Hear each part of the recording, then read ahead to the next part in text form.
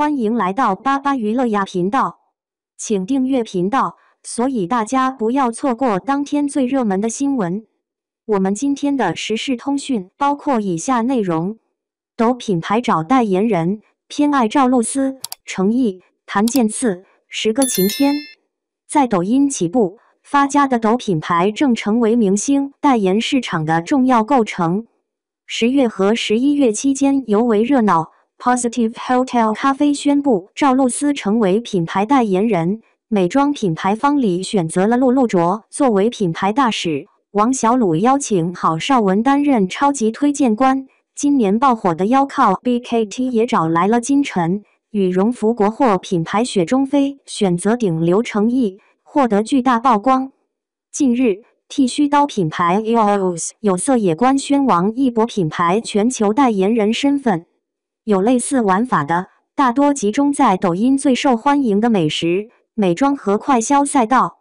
回溯过去，从19年到23年期间，不少陆续进场的品牌都吃到了平台的流量红利，如 Ubras、可复美等品牌借着抖音平台6亿日活流量，打响品牌知名度，并取得亮眼的销售成绩。而目前，对于抖品牌，虽然业内没有严格的定义，但大致可以分为2类：一是抖音电商中生长出的原生抖品牌，一些小商家和初创品牌利用平台短视频加直播带货的模式，实现品销合一，比如通过抖音电商上位的连咖啡、头部鲨鱼裤品牌 Cine。二是通过抖音实现翻红或跃迁的老品牌。以老牌国货服饰品牌丫丫为例，在2020年重组后，便大力发展线上，当年就在抖音完成了销量和声量逆袭。小鱼观察发现，今年以来，借助明星来强化品牌、促进销售，逐渐成为抖品牌的基本操作。在10月和11月，抖品牌占据了一席之地。方里、PH 咖啡、李飞、独特爱琳、春日来信、香蜜闺秀、王小鲁等一批品牌纷纷官宣了新的代言人，积极利用明星来强化品牌背书。此外，随着双11和冬季的到来，新老国货羽绒服品牌美丽城和雪中飞也借势官宣代言，发起流量围剿之战。另一头，艺人维度也在一定程度上说明了这点。10月份的商业代言情况，艺人 TOP3 分别为黄子弘、樊和王星越，他们各自拿下了7个品牌的代言，紧随其后的是何浩南，获得了5个品牌的代言。进入11月份，赵一博以4个代言领先，其次是赵露思和陆卓，分别获得了3个和2个代言，每个人的代言中基本上都有抖品牌的身影。数据来源：EN 代言人系统红色为抖品牌。本期的代言人双月盘点，我们重点关注抖品牌与艺人的双向奔赴，探讨什么样的抖品牌适合找代言人，以及该如何实现代言效果的最大化。竞对频出，有品无牌，头部主播信任危机，抖品牌靠找代言人强化心智。作为兴趣电商平台，抖音为大量新国牌创造了丰厚的用户资产。品牌知名度不再是吸引流量的唯一因素，产品的内容创造力、流量运营能力以及赛道吸引力都可以极大作用于新品牌成长。尤其是2022年，抖音电商对抖品牌的筛选标准进行了3项重要调整。首先，不再将营收规模限制在2亿元以下全渠道，而是调整为单一渠道营收在2400万至2亿元之间。其次，新增了对单一渠道月复合增长率达到或超过10%的要求。最后，要求品牌商家在抖音电商的线上销售规模占比超过30%。这些变化催生了一批新品牌的快速崛起。PMPM、Uniskin、AOEO、参半、低卡博士、一棉、C 哈等新锐品牌快速爆发。Ubras、小熊驾到、连咖啡等也在抖音电商平台上快速增长。一些传统品牌也通过内容营销在抖音上翻红，例如韩束强化产品植入加品牌直播间的链路，并与江17等达人合作短剧，迅速实现了销量转化。通过矩阵化直播运营和爆款单品，丫丫 GMV 增长100倍。雅鹿、罗蒙等老国牌也重获年轻人青睐，于2023年跻身抖音热门品牌榜前10。然而，不少抖品牌在经历了初期的快速增长后，便面临更为严峻的可持续增长困境。淘宝、天猫是用户自己带着需求去搜索使用，抖音是通过算法用视频或者直播拉着你去消费，做起来更累。不少商家表示，由于抖音靠内容驱动卖货，商品营销手段需要时刻围绕流量生态，无论是短视频还是直播带货，娱乐型、干货型内容都更形式吸引用户。短时间内需要集中展示产品特性而非品牌价值，品牌想要深度和用户交流，占领心智，难度更高。以连咖啡为例，在种草内容的产出上，品牌对团队的要求几乎到了严苛的程度。连咖啡运营负责人曾表示，我们所有的主播都是短视频的演员，所有的导播都得会剪辑，所有的运营都得会写脚本。通过这样的不断内卷、团队构建，连咖啡才能持续打造如办公室日常系列的主题创意视频，深化品牌的种草效果。另一方面，抖音兴趣电商的本质也意味着用户兴趣的多变性，年轻人的兴趣分层明显，新品牌在品牌建设时难度更大。一个共识是，抖品牌产自热门赛道，因此竞争激烈，极易被新玩家取代。无论食品、快消、服饰还是美妆，新品牌频出。由于行业门槛较低，产品可复制性高，用户对新品牌的尝试兴趣也较高。只要有新鲜内容和趣味玩法，后来者便可能不断居上。以今年的强势增长赛道洗护领域为例，今年抖音站内便冒出了固然堂、墨雪等新国产品牌，力压此前大热的 KONO、若野、阿道夫等品牌，足见更迭之快。同时不容忽视的是，直播间销量的重要来源头部达人主播正面临一波信任危机。今年头部主播问题频出，不仅引起了监管部门的调查，平台的强力介入也让粉丝的热情极大消减。许多品牌开始重新审视与头部主播合作的必要性和有效性。在急需品牌建设，但又难以依靠头部主播、种草和带货领域均出现强缺口后，借助明星背书，通过代言人信息流广告导向直播间转化，也成为很多抖品牌深度种草的新途径。流量型、种草项、国民度，抖品牌青睐哪些艺人？随之而来的是如何让代言人提升电商投流 ROI、拉动客单价等问题。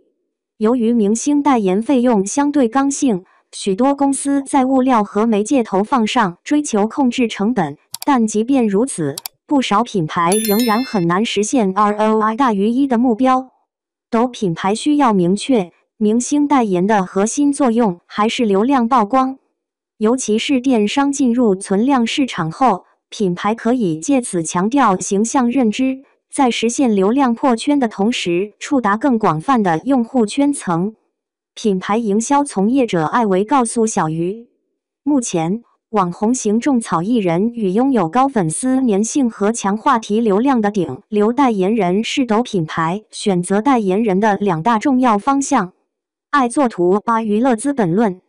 在10月和11月，赵露思和虞书欣2位热播剧女主展现了她们作为网红型种草艺人的强大内容生产能力，不仅在剧中得到体现，也在剧外商业合作中得到验证。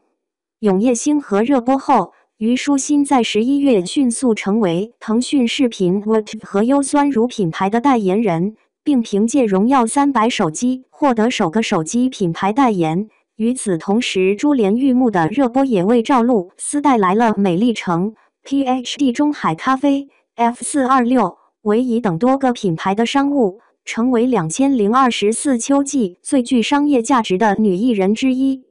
此类艺人也被抖品牌青睐。以赵露思为例，近几个月代言了 PH 咖啡、F426、美丽城、Teeny Weeny 等多个品牌，并迅速提升了品牌曝光度。像是靠抖音回春的 Teeny Weeny， 赵露思代言后，在微博和抖音上引爆多个热搜，全网曝光超过10亿次。9月22日的抖音直播中，在线人数达到27.5万，单日销售额达到1300万，3天销售额超过2000万，同款全部脱销售罄。明星代言在白牌品牌化的过程中成为一个关键转折点。正如此前小野和子、蜜橘、莫寻分别请来关晓彤、鞠婧祎和徐璐作为代言人，让消费者在选购产品时开始逐渐产生品牌意识，产品因为明星有了更强的种草能力。另一端，流量型艺人因其强大的粉丝基础和市场影响力，一直受到品牌的青睐。今年众地霸中的10个晴天，由于强带货能力，依然是品牌主追捧的对象。其中，陆卓拿下方里、豪士、FLV 等代言，何浩南也在这2个月获得摇滚动物园、拇指白小 T、施培斯、鹿哈等多个抖品牌青睐。此外，王星越也是抖品牌眼中的香饽饽，成为独特爱琳品牌代言人。显然，抖品牌看重的是流量型艺人在中低价位产品领域直接带动销量的能力及在大众圈层的认知带动。直接带货外，快速增强品牌势能也是品牌选择顶流艺人时的重要考量。在羽绒服领域，这一趋势尤为明显，如翻红的老牌国货雪中飞，选择诚意作为全球品牌代言人。新锐时尚品牌美丽城官宣谭健次为首位全球品牌代言人，提升品牌知名度。以美丽城为例，谭健次作为全球品牌代言人的贡献热度指数达到了 93.19， 超过了当月所有新增代言和同品类代言的平均热度指数。而顶流艺人代言是吸引年轻消费者关注和购买的最直接方式。这个新兴品牌在官宣谭健次为代言人的第一天，天猫 GMV 就突破了1100万加，一举登上天猫淘宝女装店铺榜、交易榜、热销榜的首位。当然，并非所有抖品牌都有能力聘请顶级流量明星。通常，能够请到千万级代言费的顶流明星的品牌，往往拥有较为雄厚的财力和明确的定位或销售基础。这样才能够承担高昂的代言费用，同时打动顶流。例如羽绒服赛道的丫丫，作为有底蕴且翻红成功的品牌，才有可能构建明星代言矩阵，并持续与王一博这样的顶流合作。除了王一博，丫丫还与陈哲远、程磊、周逸然等男艺人进行合作，他们都是近几年手握热剧的小生，有自己的忠实粉丝群体，有助于提升丫丫男装的占比。女代言人则主抓调性和品牌好感度，既有海清、万茜以及佟丽娅这样的大青衣，也有王鹤润、孙千这样有小道具在手的95后女演员代言，吸引带动大范围女性群体。当然，成功的还是少数，不止一家品牌曾向小鱼透露，很多顶流对代言品牌也有考量。有的根本不愿意合作新牌子，有的说服成本很高，配合度也比较低。对于预算在500万以下，甚至不少希望用低于100万价格拿下代言人的品牌而言，性价比更高的艺人成为首选。主打下沉市场的品牌，选择与高国民度老艺人进行合作，例如主打抗老、淡纹、抗衰等功能属性的护肤品牌 Leverkusen 李飞选择董璇作为代言人，而固然堂则邀请了李若彤担任品牌形象代言人，并推出明星同款产品。千仞港羽绒服选择刘涛，方朵找到陈子涵，而该品牌此前还曾与陶虹、爱戴、于娜等多位女星合作。据观察，这些品牌多为护肤、减肥瘦身、日用品等类别，倾向选用高国民度老艺人，且以女明星为主，更符合产品特性。此外，短视频直播内容种草是抖品牌爆发的关键，达人型艺人也成为抖品牌优先选择的对象。王小鲁选择郝邵文，春日来信选择赵英子作为代言人，一定程度上都是看中了他们的直播能力和影响力。